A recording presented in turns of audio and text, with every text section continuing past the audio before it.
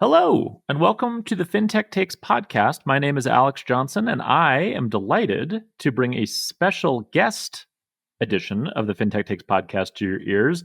My guest today is James Wester. James is the co-head of payments research at Javelin Strategy Research, where I think you've been for the last, 2.5, 3 years? Is that right, 3 years, James? almost. Yeah. Okay, all right. A while. Yeah. Becoming home. Prior to Javelin, James was the director of strategic communications. Very fun job title for blockchain, crypto, and digital currencies at PayPal, which is highly relevant to the conversation that we're going to be having today. And before that, spent a very long time at IDC as a market research analyst, which actually is, I think, where you and I first met, and certainly where I first became aware of your work. James is one of the people in this industry who I got to learn from when I was first getting into the space, and have been an avid reader and student of your research for a long time, James. So delighted to have you on the podcast. Thank you. I am delighted you're delighted. You know, as an analyst, you are not often greeted with delight. Sometimes you're the guy that comes into the room and says, yeah, that's not going to work. So I'm happy that there is some delight here. Well, there absolutely is. Might have something to do with the fact that I'm not responsible for actually building anything or doing anything. So I just get to have fun conversations that are highly theoretical. But I have a good one for us today. You and I have exchanged quite a few notes and messages on Twitter, email, a few conversations, a few drinks in person over the years. And I always find you to be a very fair, but also very open-minded student of everything that's happening in the space. As I alluded to before, you've spent an increasingly large amount of time more recently in your career focused on blockchain, crypto, digital currencies, but obviously with a very deep grounding in payments and sort of the larger financial services industry as well. And the reason that we wanted to do a podcast version of the conversations we've been having is you and I have sort of been anchored on the same question recently, which is around stablecoins. So as I'm sure folks listening have seen, stablecoins have become, I think, one of the sort of hottest areas, not just in crypto, but really in like financial technology broadly.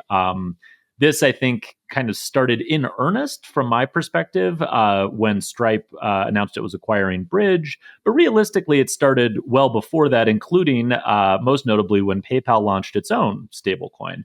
And as the sort of stablecoin mania has built slowly, and then sort of reached a bit of a fever pitch lately, what I've observed is that everyone is trying to sort of figure out and work through, well, where can stablecoins provide the most value? What use cases can we plug them into, right? They're theoretically very interesting, but what can they actually do, and where can they be a sort of lift on top of the existing infrastructure that we have? And I think like international payments and remittances and cross-border payments has been a pretty obvious area of focus. Yep. But one of the ones I've seen some people talk about, and quite frankly, the folks I've seen for the most part talk about it in a very surface level, kind of truly annoying way because they don't really wrestle with the details of it, is can stablecoins displace incumbent payment rails? So think cards, ACH, that type of stuff for domestic consumer payments use cases. And the context here, which we all know, I think if you spend any time in payments, is that merchants constantly bitch about paying interchange fees. If you're large enough, like a Walmart or an Amazon, you make it sort of your mission to destroy Visa and MasterCard. That's how much you hate paying that 2 to 3%. If you're a smaller merchant, it might not be at the top of your list, but it's certainly something that you're annoyed by. I think we've all seen the signs at different small merchants that say, we'll have to tack on a surcharge if you're going to use a card, that kind of thing. So it is a pain point that exists for a lot of merchants. However, absent all of the other things that cards do for consumers and for merchants, you can't just say, hey, we're going to take a cheaper payment rail and swap it in for cards, and we're going to sort of replace everything that cards were doing. Like, it's not an apples to apples comparison if you frame it that way. In addition, and James, I know you've paid a lot of attention to this as well, ACH exists and has existed for a long time. It's a very robust, very well-tested payment rail, which just from a money movement perspective is quite cheap. Now, it doesn't have all of the infrastructure and rewards and other things built into it that enable it really well for some of these use cases.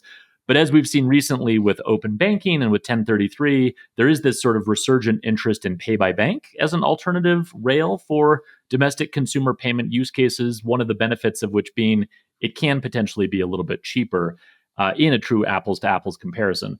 So, Mr. Wester, I put it to you because I know you've spent a lot of time thinking about this.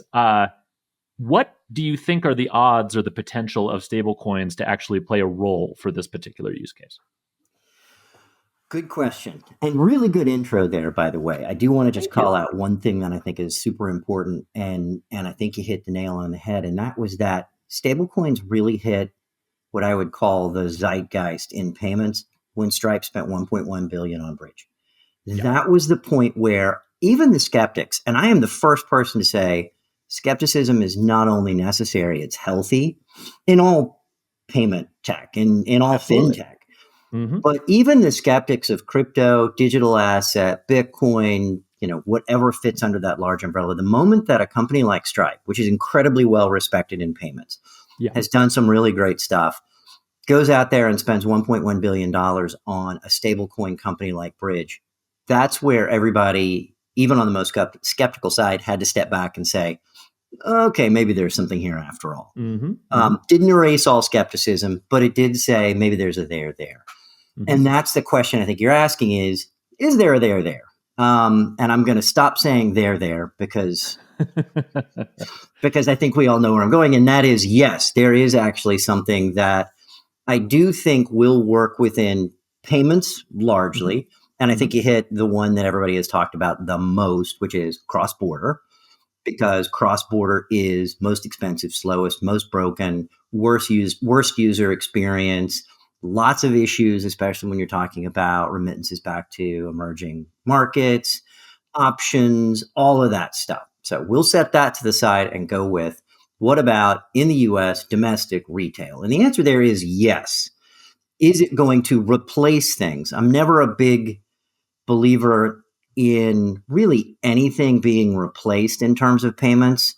We still write checks, man. Like that's fair. It's a fair critique. I mean, we still use checks, and there are still applications for checks. And people talk about, I hear that all the time, especially from my European friends who say, "Why do Americans still use checks?" It's checks still work. They have some use cases that cannot be beaten, at least right now. So, is it going to replace them? No, but are there going to be some applications? Yes. And we've had a conversation about, a good example to me would be, let's say that you have a large purveyor of coffee that has a very strong brand. I'm not going to do that. Let's just say it's Starbucks. It's but you take somebody like Starbucks who has, I think, something like $15 billion or something sold in prepaid, has a great brand, has a great application and user experience. There are some weird things about prepaid and gift cards in terms of an accounting treatment. They have to be treated as a liability, not an asset. There are things like breakage. Let's say that instead of doing that, you issued a stablecoin. We will call it a Starbuck because that's, of course, the obvious branding there. And instead of me reloading that prepaid, let's say I bought a Starbuck stablecoin. That's now a stablecoin that from a user experience, I'm not going to know really any difference. And I do think that that's a really important part of all of this discussion. It's one of the things we have learned about, and we're learning about even like pay by bank is consumers don't really care what's under the covers. They just want to know that payment has been made.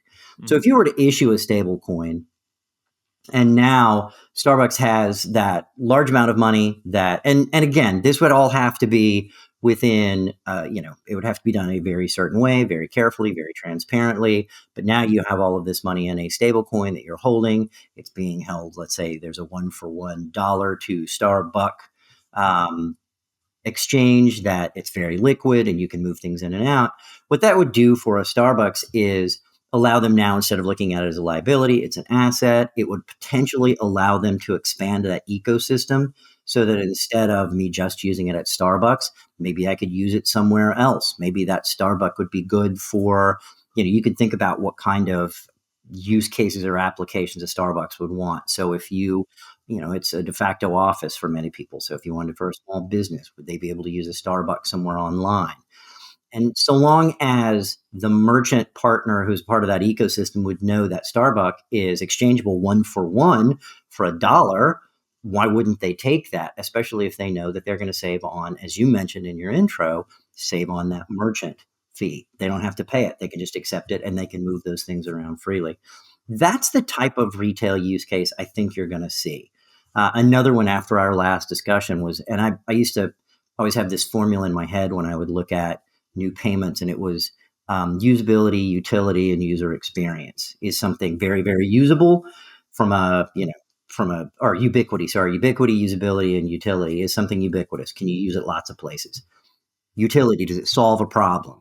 A problem that's not solved somewhere else? And the user experience, is it something that a consumer can use or a merchant can accept and there's no problem? So long as you can do that within an ecosystem, that means that your payment mechanism, the new payment mechanism, will probably be adopted. So one of the things I was thinking about is, somewhere like a Walt Disney World, you have that brand again.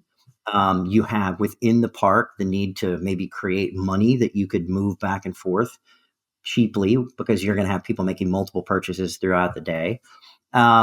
User experience better than anyone because you're Disney and you know how to do that. And if you've ever been to a Disney property, you know how incredibly well they make that stuff work. So that would be another one of those examples of where, Disney has their Disney buck, their Mickey buck, and you could maybe spend that. It's an expensive trip. Maybe somebody would go out there and put it into an account. They have those. They can divvy it up amongst their kids. It could be used on a mobile application. And by the way, I don't know if Disney is doing something like this. I give it to them freely if they would like to. That would be great. Invite me to a park. I will try it. But that's the kind of thing where it would be ubiquitous within the park. The utility would be, you don't necessarily have to have cash. You don't have to have a card. It would be useful across the entire property, which is massive. And the user experience could be made better. That's the type of place where I see stablecoins having a fit, not necessarily replacing anything, but finding that fit in an ecosystem. And that's actually kind of what PayPal was trying to do too. They own that consumer, they own that merchant, they have that ecosystem of merchants and consumers, a large number on both sides. So using that PYUSD as a way to take in money to hold in an account, but have that money so that the PYUSD can flow back and forth with no merchant fees. Again, that point that you made about merchants really hate having to pay those fees. So you've now gotten rid of those. And that I think is a big part of it. That all makes total sense. Let's pull that apart because exactly. But there are a lot of details. It's great. And I like that you started with the overall vision of where it could make sense. And now I want to sort of deconstruct it after you played that out. And I think, Disney, we'll do Disneyland, not Disney World, because Disneyland is awesome and Disney World sucks. So let's just start there as like a premise. Okay. I will go with that. Okay. All right. I appreciate that. And then Starbucks, obviously, I will stipulate for bank nerds listening that we are in no way saying Starbucks is a bank and that all of those Twitter threads are stupid, including the one that I posted a long time ago. So we'll just stipulate all of these things. Thank you. Thank you for that. I appreciate that. Yeah. It's not a bank if you can only withdraw your deposits in the form of coffee. That doesn't count. So what I want to talk about with those two use cases is a couple of different elements, right? One that you laid out, and I like your framework of, what was it? Ubiquity, utility, and usability. My 3 U's. It used to be a great tech slide 10 years ago or 12 years ago. It sounds good. It was awesome. It was a triangle, and it had, and I would put all sorts of stuff that would fly in because I used to love doing that on PowerPoint slides.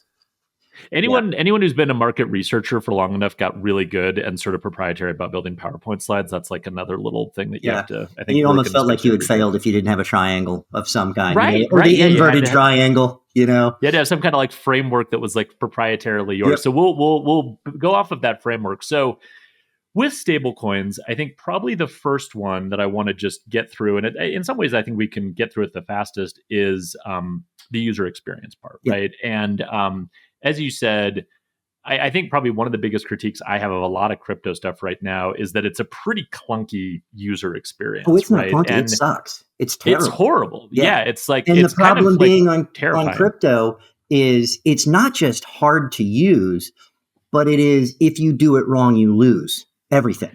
So it's, it's one thing to say, hey, I have a bad user experience, but I can do it again and again and again until I get it right.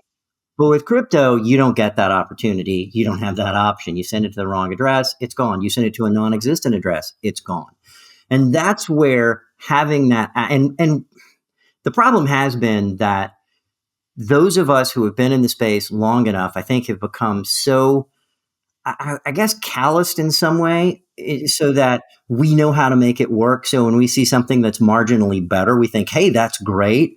But when you compare it one to one with tapping a card or any other user experience that a consumer has in paying, it's actually still terrible. But we think it's great because it's better than the terrible stuff that we had before. So that's the area where, and kind of anticipating the question on this, which is how do we make that user experience better? That's where I think, if you look at what Starbucks did, and I want to say it was like January of 2010, and it was just eye opening when they came out with the original barcode. And there were all sorts of reasons why they did it on their side. They wanted to bundle, instead of, $5 for 5 different coffees across 5 days, which is going to cost them a set number of fees and be more expensive, bundle it into one $25 reload. You've saved on all of those incremental fees. Good for them. Also, then for the consumer side, they built a really great application that I remember when people used to just buy little things so they could see the stars rattle around in the cup. I kind of miss that. That's the kind of thing where if you have that experience and that application, and for the most part, the consumer doesn't even know, they're going to see their amount with a dollar sign next to it. It doesn't even necessarily have to have an S or an S bucks or anything next to it.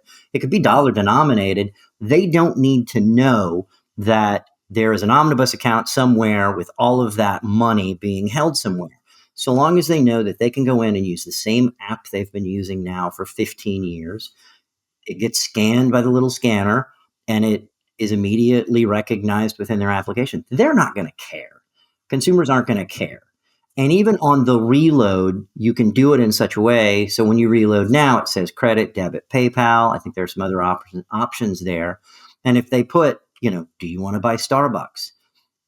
The important thing for that, and this is where I think it would be key, is why would I do that? I know PayPal, I know MasterCard, I know Visa. Why would I go buy that Starbucks? And I think the opportunity there would be something like a discount, something like you would see with Target Red Card, where you get 5% off to use their card. That would be, oh, you do this, and you're a loyal Starbucks customer. So what we're going to do is we'll give you 5% off, or we will give you, faster access to free drinks or whatever it is. That's the kind of place where it would be a good thing for a Starbucks or any user experience to make that not just a better experience, but also, a discount or reward or something like that. Right. And I'm glad you brought that up, because the thing I think is interesting about honing in on this use case is it does depend on a certain relationship between the consumer and the business, right? And not everyone has this relationship, right? And so like the things I think about are, things like how frequently do I engage with this merchant, right? Like if it's once every, if it's my car insurance, provider, yeah, I just don't have like a relationship with them that's really going to sort of like allow me to like have that type of enriched loyalty driven experience. I don't really feel a particular sense of loyalty to my car insurance provider. It's very sort of pricing driven, and I engage with them as infrequently as possible. Starbucks is very much the opposite, in that it's like a daily part of my routine. As you pointed out, people will like go to a Starbucks and like work there all day. So the relationship that I have with them is more frequent. And then this kind of ties into the Disney example, but it's like it's more of a surrounding experience as well, right? And I think the reason that that matters so much as it relates to like what levers do we have to get you to pick this payment method versus this one, some of it is just, hey, I spend, $8 at Starbucks every single day. So getting a free drink, once I fill up all of these stars, that's going to like meaningfully matter to me. Part of it is that. But I also think the other thing with Starbucks that maybe even they didn't fully anticipate being as big a driver of the success of that program as it was, is I can go in and skip all of this other shit and just get to the front of the line and get my drink and not have to go through any of this with mobile order ahead and all of that. And that is totally an advantage that Starbucks has, because not only are they controlling the payment method and the app, they have control over the whole experience wrapped around me engaging with them. They can make that better or worse for me depending on it, right? This is why the co-brand cards, the credit cards, credit card companies do with airlines work so well, is because airlines can make your experience flying better or worse depending on how they want to shape that experience and what incentives they want to give you. Disney's the ultimate example of this. Like when you walk into Disneyland, imagine that if I buy, yeah, for my I want to take my family on a once in a lifetime spring break trip to Disneyland yeah, again, not Disney World, but we're going to go to Disneyland. And I put, and I buy $10 worth of Mickey bucks or whatever the heck it's called, Disney dollars, over a period of time, and I have that banked. And when I go and I use those, you buy a certain amount and you don't have to wait in line. Or the way it works at Disney is you don't wait in the main line, you wait in the secondary line of people who have said, we don't want to wait in the main line. So you still wait in line, but it takes off, a certain amount of time. And that's really what you're trying to do. So it doesn't have to be, hey, 5% off. It doesn't have to be a monetary thing. But I think you're right. Is there something that you value? Well, if you're in Disney and at the end of the day, there's one more ride you want to ride, and because you've saved time on lines, you've now earned some time, that would be a good place to use it. That's the kind of thing where I think moving somebody over to, or having some type of a stable coin environment or ecosystem makes the most sense. And again, I think that there are very few brands, and we could probably name them in maybe 30 seconds, that are going to have that. It's going to be the Disneys. It's going to be the Starbucks, the Targets, the Walmarts, the Amazons. There aren't going to be that many that are going to be able to build that ecosystem. There are probably others out there that, might be able to cobble together an ecosystem based around maybe a lifestyle thing or a work thing or something like that. But it's going to be relatively limited.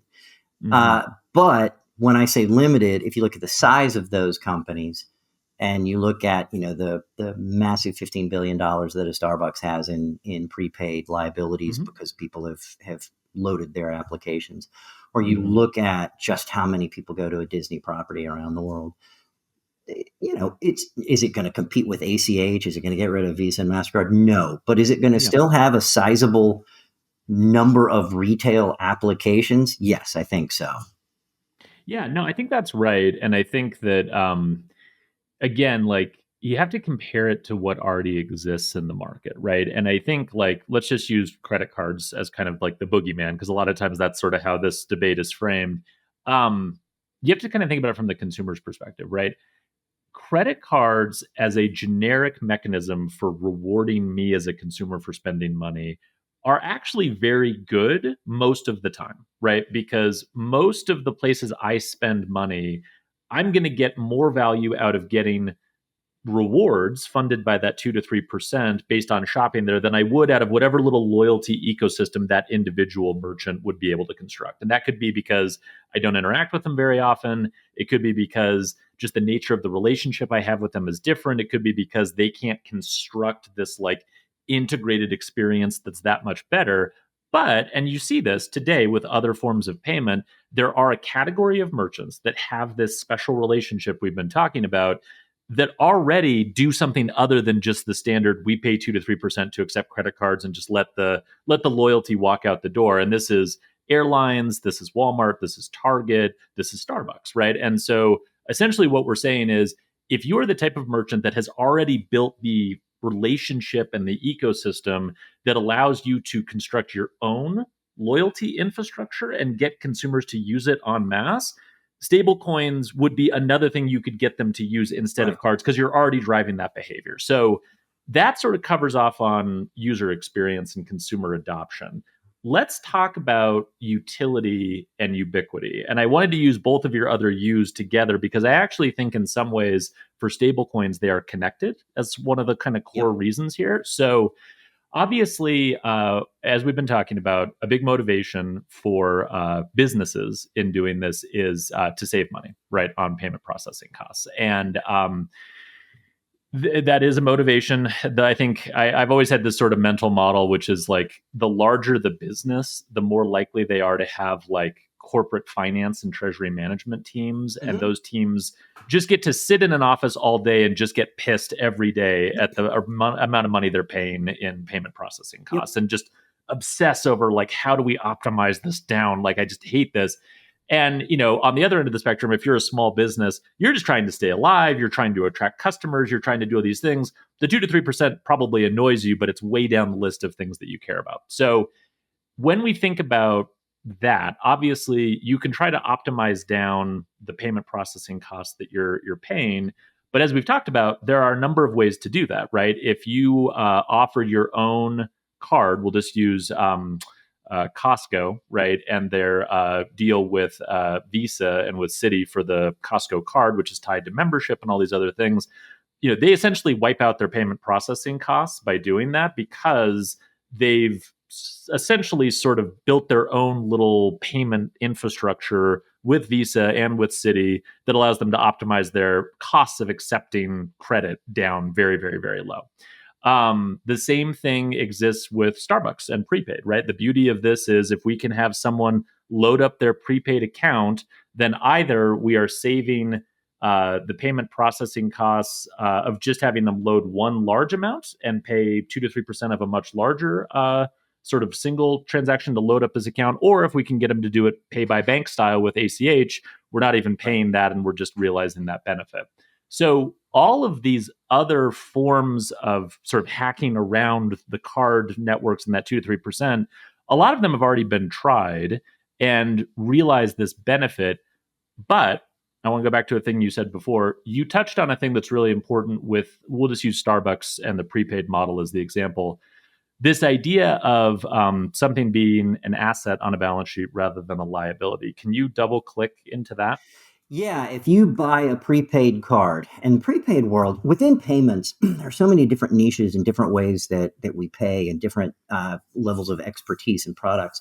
Prepaid gift card is one of those areas that I find absolutely fascinating because it's really, really important. And there are so few people who really know all of the ins and outs. You can count them on like one Yeah, hand. the accounting, the breakage, achievement. What do you do here? How does this work? How do you, there are so many things. But one of the things about prepaid or a gift card is if I buy a gift card and I give you $20, that's not an asset. It's actually a liability. That's how you have to money I owe you. Yeah, that's right. Or in the case of a retailer, it's right. Yeah. You owe me you have to coffee redeem. or cake pop. That I get that from you. You can't say, "Oh, well, I forgot about that." We'll just pretend that I didn't really take that money. No, you got to give me something at some point. Right. So it's a liability. Now, this I think is a really important thing, though, about, and we can get into some of the, and I'm sure we'll probably want to talk about some of the regulatory treatment and accounting treatment of stablecoins. That's all still TBD. A lot of this is stuff that there really is no generally accepted way of looking at stablecoins just yet. So there are things that could change. But at this point, if I give you money, I'm buying that stablecoin. I've now bought a stablecoin, so it's an asset as opposed to I've given you money.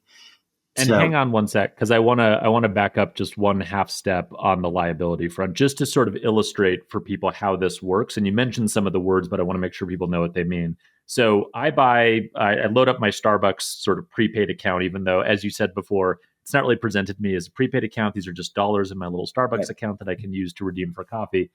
There are two, I think, really important concepts that tie to the treatment as a liability. One is, you mentioned breakage, right? And the basic idea from an accounting rules perspective is you are not allowed to consider the money that someone has sitting on a Starbucks gift card as money that you can just use fungibly for other purposes until certain conditions are met over a period of time, right? Because eventually, and we've all had this experience with physical gift cards, if I have $2 sitting on a Target gift card and it's somewhere sitting in my sock drawer, I'm never going to spend that. And there is an accounting treatment called breakage that allows Target to realize that revenue sitting on that card that someone is very unlikely to use, that you eventually get to benefit from. And the reason that matters is if you're a significantly large enough retailer or purveyor of coffee, and you're getting tons of prepaid volume, that breakage amount can be very valuable to you over time, Correct. but it's limited and you don't get it right away. And you have to be very careful in the way you do accounting treatments on it.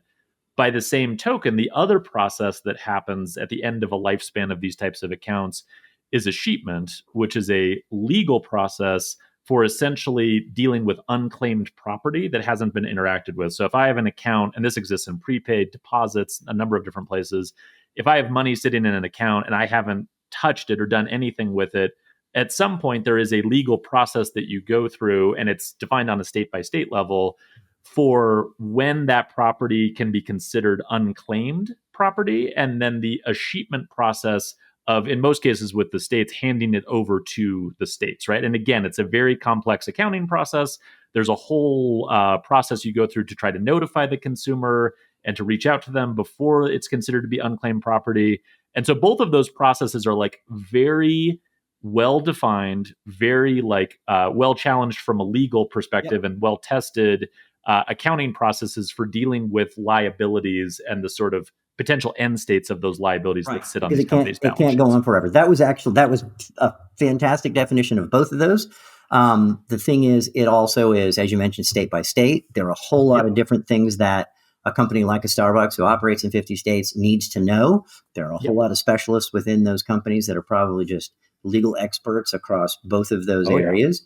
And so I am not saying that what's going to happen is you turn that all into stablecoin and all of those problems go away.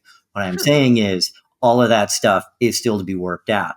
And that is going to be a very interesting process.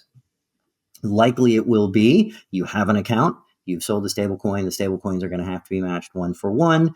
That is going to also be one of those things that we have to figure out in terms of who can issue a stablecoin. Is it going to be through an insured depository institution, or is it going to be a payment provider who has some sort of license that can do that?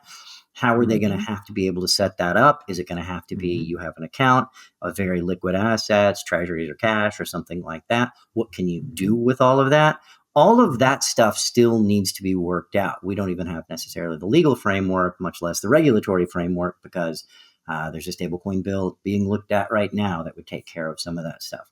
So, but the theory, just to bring you back to where you were before I interrupted you before, the theory, assuming everything you just said like gets worked out and there's like a framework that makes sense, the theory is that because stablecoins are a more, and this ties back to your use, because they can be a more ubiquitous form of currency beyond just one use case, walking into a retailer and walking out with goods they sell, because it can be that, and because there can be extra liquidity from the market sort of pumped into these stable coins, that potentially would allow them to be treated as an asset rather than a liability. So I want you to treat it as an asset. So that's going to be a little bit different on what you're going to be able to do just from a value standpoint, you being a company. So it's going to be, it will operate a little differently in terms of what a treasurer can do with the monies. It's going to operate a little bit differently in terms of how the market is going to view that asset on your books. So I think that's going to be an interesting part of this. And I think that that will be, again, all of that stuff is still to be determined. But when you look at it compared to some of the stuff that you have to deal with from a prepaid and a gift card standpoint, or just a prepaid account like what Starbucks or anybody else does, does it solve some of those problems? And that goes back to the whole utility thing. Utility has to be on both the consumer and the merchant side. I mean, merchants care about two things. Is this going to lower my cost? Is this going to increase my sales? It's really pretty much all they care about. And so if they're looking at it from a cost standpoint, it's going to lower your cost if you're now eliminating not just like a Starbucks gift card where you're bundling a reload. So you're eliminating 9 of those 10 fixed costs. So instead of 10 cups of coffee, you only buy 1 reload that covers 10 of those. So you've now saved that.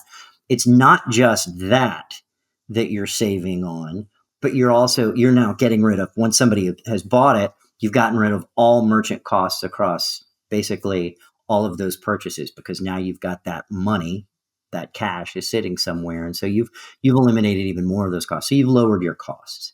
You've probably lowered some of your, I would think, And again, this is something that it's going to be in the details as this begins to mature. You've eliminated a lot of those costs to just manage that. Now, there will probably be management issues as well on a stable coin, but that is that utility discussion. You've now made it a much better from a management and from a merchant standpoint. You've made it a better process by which you're holding onto this money, basically pre-funding all of the purchases of coffees and cake pops. And then on the consumer side, again, the utility there is loyalty and rewards is really probably, or discounts or something like that, or like we were just talking it's the about mechanisms we already know that they use to drive this behavior. Right.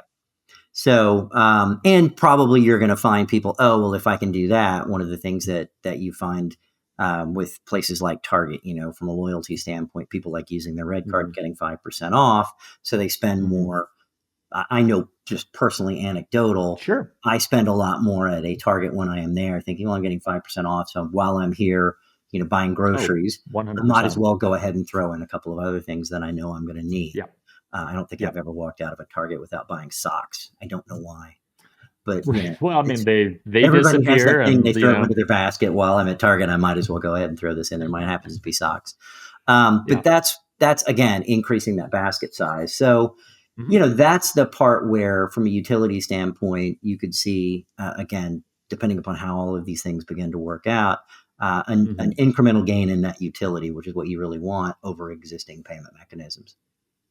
Yeah, no, that makes sense. And the prepaid example is so instructive, right? Because again, the thing I always come back to with this stuff is the sort of unsophisticated version of this conversation is, well, like, oh, well, stable coins are cheaper than credit cards. So ergo, we're going to use this. And it's like, no. We already have other things that we are cheaper. Do. Right. That are cheaper, that undercut credit cards. And if you're sufficiently big and sophisticated like a Starbucks, you've already figured this out. Like, the game is already like well established. There are rules for doing it. So the question is, why stablecoins? It's not why stablecoins over credit cards. That's obvious. The question is, why stablecoins over prepaid? Why stablecoins over pay by bank? And so I love this conversation about the prepaid, the thing people don't appreciate from a complexity perspective, and really from like an operating capital perspective, is they are very annoying to deal with. And Starbucks would be much less annoyed and much more free to use this money in flexible ways to create value for itself and its customers and its suppliers and all these other things if, theoretically, and again, lots of rules to be worked out, you could use stablecoins in place of prepaid to function in this same ecosystem that they've already built.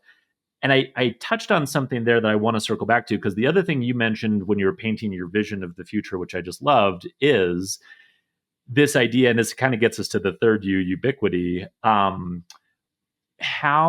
stablecoins in this model can function in a broader way or a more sort of fungible way than existing prepaid structures that are designed for very specific use cases. And so I think the example you mentioned, and we'll just use Starbucks here, but obviously Disney, you could easily imagine how this would work in Disneyland as well, is Starbucks is an ecosystem, right? And the most clear expression of that ecosystem is barista at the counter, customer on the other side of the counter, getting coffee, exchange of value. But there are many other exchanges of value that happen within the larger Starbucks ecosystem.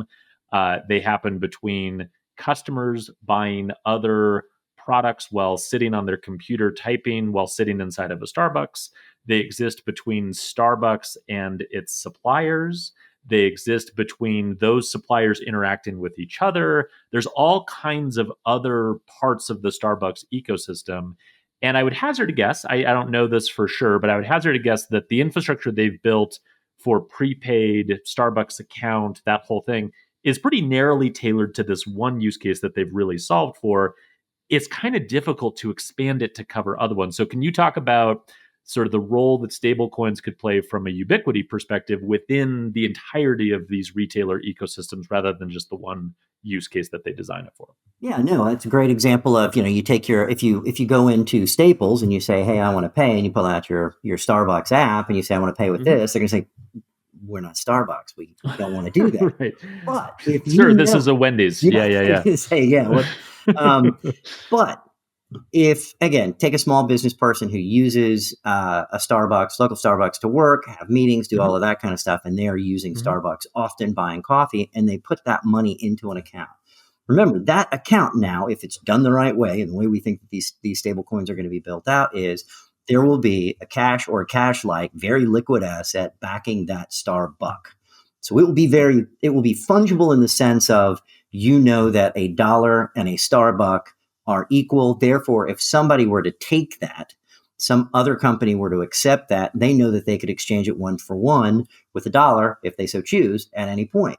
So the idea of being able to take it, knowing that there's a stable coin out there, or that there's a dollar out there, wouldn't necessarily be a risk. There's no issue with that. That would be where you could see them saying to a partner like a Staples, hey, Staples, you're right next door.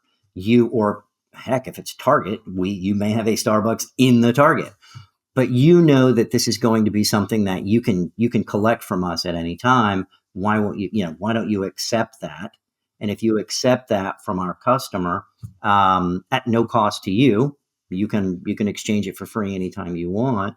You've now again saved on that merchant fee that you would normally have to pay if they walked over from the Starbucks and said, "Here is if they're not using a red card, here is my credit card that I want to pay with."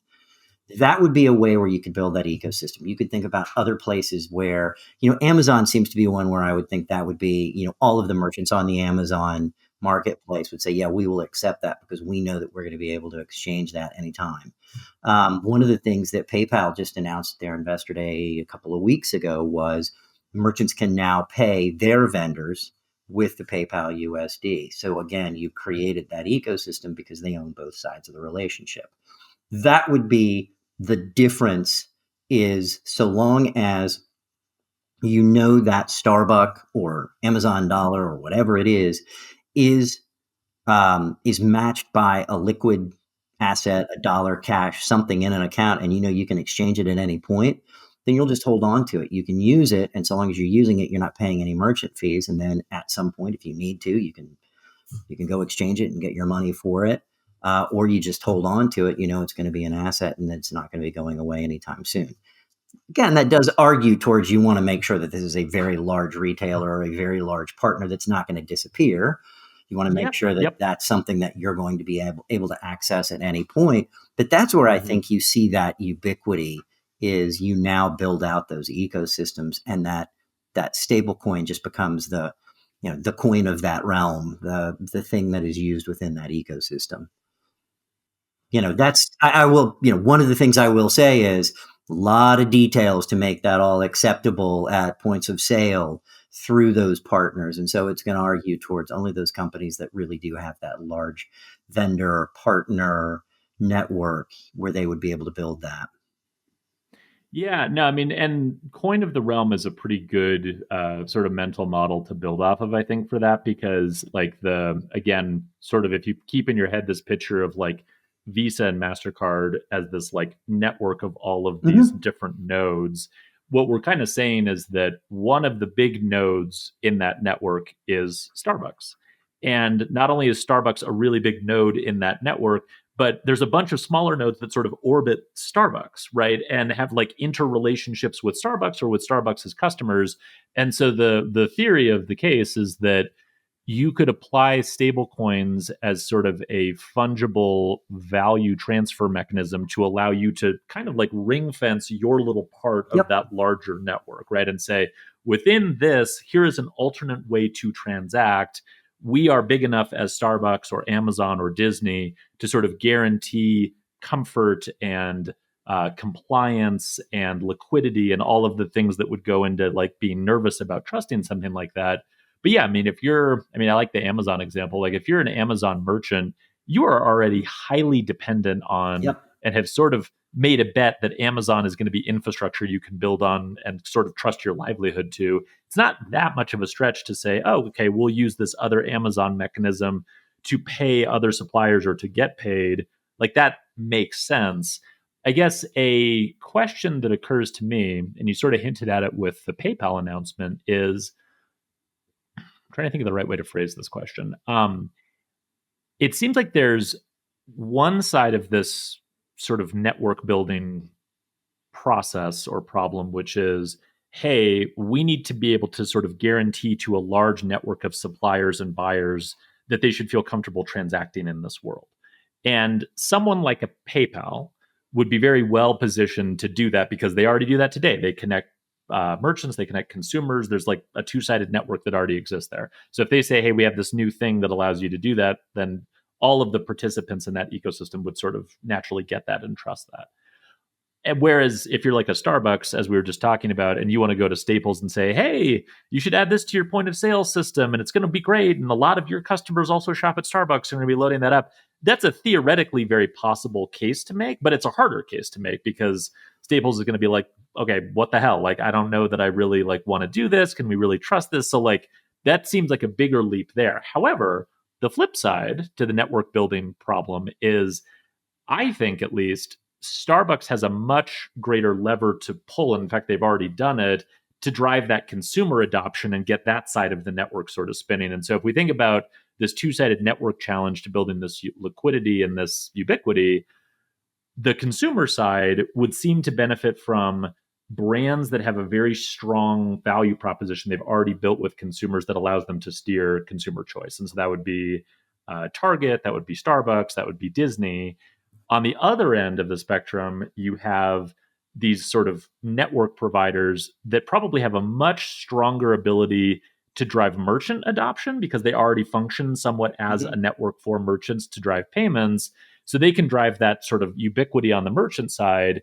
But I think the concern I would have is, can PayPal really get a lot of consumers using Venmo and using PayPal to adopt this? Can Amazon get a lot of its shoppers, because it has done a little less work driving sort of adoption of consumer payments than a Target or a Starbucks has? Can they drive that side of it? So do you have a sense of, on the consumer side versus the merchant side, like where these things might be more likely to kind of take root and succeed? Which network building problem do you sort of subscribe to being more solvable?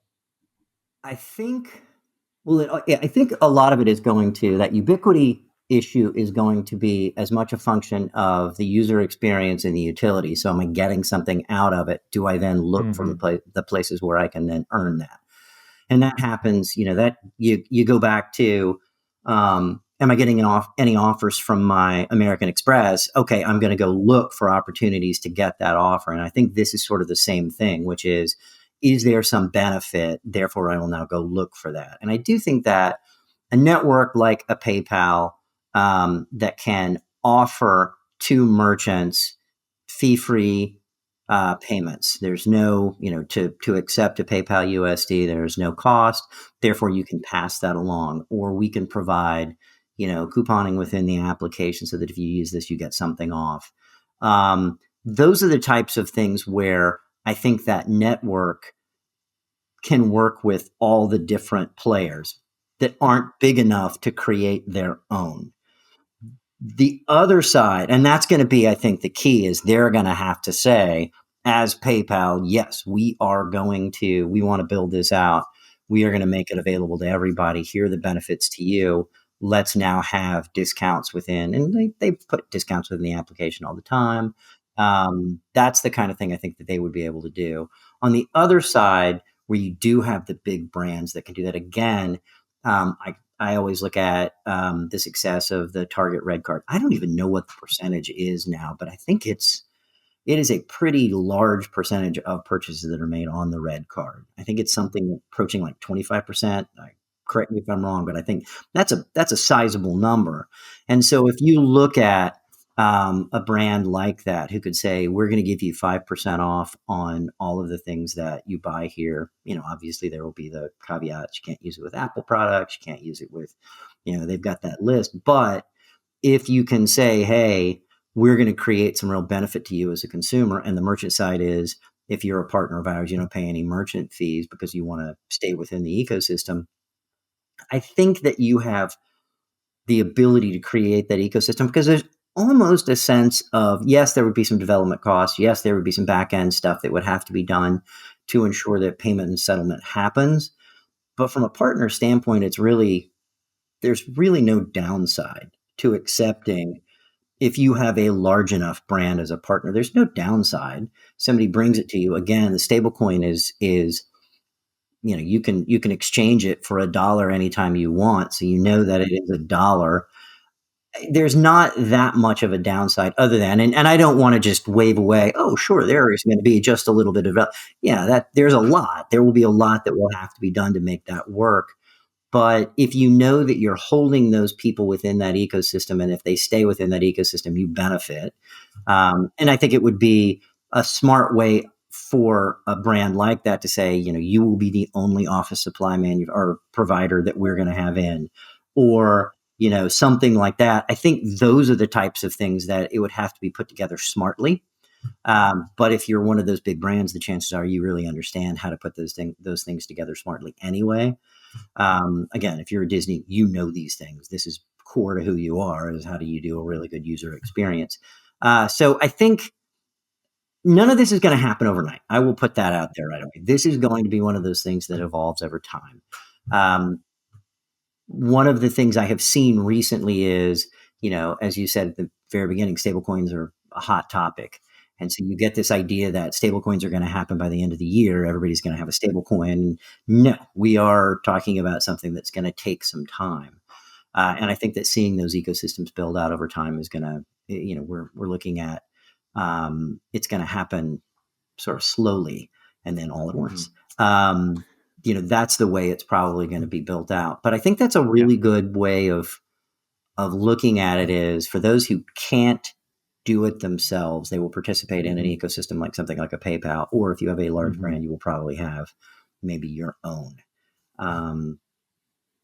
That split makes sense to me as well, because it kind of describes like why you would go one route versus the other. And I think it's also really important to understand that like the size of the market allows, I think, for both to exist and for both to exist in probably in multiple ones, right? I mean, like I could certainly see a PayPal, obviously stablecoin, which already exists, and PayPal's down the road of doing that, living next to a Starbucks one that occasionally brushes up against it, living next to an Amazon one that occasionally brushes up against it. Like, it's not, again, we already see this in a non-stablecoin version of this world. Like, a lot of this infrastructure exists and the market is big enough to support it. I do think one of the things that's probably most likely to be kind of an interesting tell on this is not every company is going to have the sort of long-term vision and stomach to build this out, right? And that's why, like, need to. I mean, that's the whole thing. That's the interesting thing, yeah. Right, and I do think that it would be a very, back to the idea that skepticism is healthy. It would be a very healthy skeptical thing for somebody to say, Starbucks is doing just great on its own. Why would we need to do all of this? All of this running around trying to create a stablecoin. Sure. And I think that is a wise reaction. And I think there is going to be a lot that is going to have to work for anybody to say, we're going to do this. But I do think that the existing infrastructure, the existing ways that we are working with, especially prepaid and gift card and other things, I think that to me says, yes, there are going to be places where we're not replacing ACH, we're not replacing Visa, we're not replacing checks, we're not replacing any of that. But there are some real opportunities where stablecoins on the retail level are going to make a whole lot of sense. Domestically. I completely agree. And I'll just flag two last things and then I'll let you go, James, because this has been awesome. One is, I do think the growth of like domestic use cases, growth of some of these new like ways of thinking about how you can apply stablecoins, it ripples back through the stablecoin ecosystem from a competitive perspective in an interesting way to me too, because like one of the things I've been shocked to learn in my sort of ongoing campaign to educate myself about stablecoins is sort of the competition that exists between like the Tethers of the world versus like a Paxos or a Circle. And, the thing I think that's interesting there is just that there's a demand for certain models of how to deliver stablecoins depending on the requirements downstream for the use cases, right? And if one of the requirements for this use case we've been talking about is, look, I have to know that this is backed one-to-one by dollars, that it's really well supervised and audited, and like all of these things that would make adoption of it for this use case critical, well, that's going to preference one type of building and issuing a stablecoin versus another model, right? So like regulation and those things will, I think, ripple back through that. The other thing I just want to flag is like, maybe we can talk about this next time I have you come on. The impact of all of this on banks is pretty interesting to me as well, because a lot of payments infrastructure is sort of built on the assumption that we're going to be drawing these payments from deposits that are sitting in bank accounts. And the Starbucks example is probably the only real large scale one where people are keeping a balance of something in a recurring fashion somewhere other than a bank. But it's not that hard, whether it's prepaid. Well, that's the question. And that's the question. Now we move back out of the retail side. Now we've got all of this commercial, because it has to sit somewhere. It's in a bank, right? It's in a bank. So does a bank look at this and say, we lose that, but we now get $15 billion in an account with a huge retailer that we are holding on to? And really, are those deposits brokered? Are those deposits sticky? Like it gets into all of these like bank nerd questions. That becomes the whole discussion on.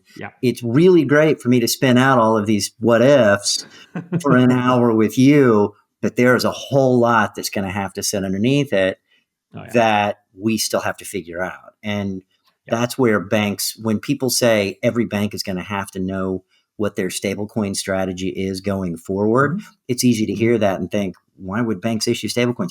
That may not be what we're talking about. We're talking about how do you treat stablecoins as a partnership, as a product? What do you do with deposits? What does that mean from a treasury standpoint? That's a commercial product you're now selling. There are a lot of things that are going to change, and that's the part where, again, it's really easy for me in an hour to say these are the great things that Disney or Starbucks or Amazon can do. There are a lot of details that need to be worked out. So that's why I think it's going to take us some time.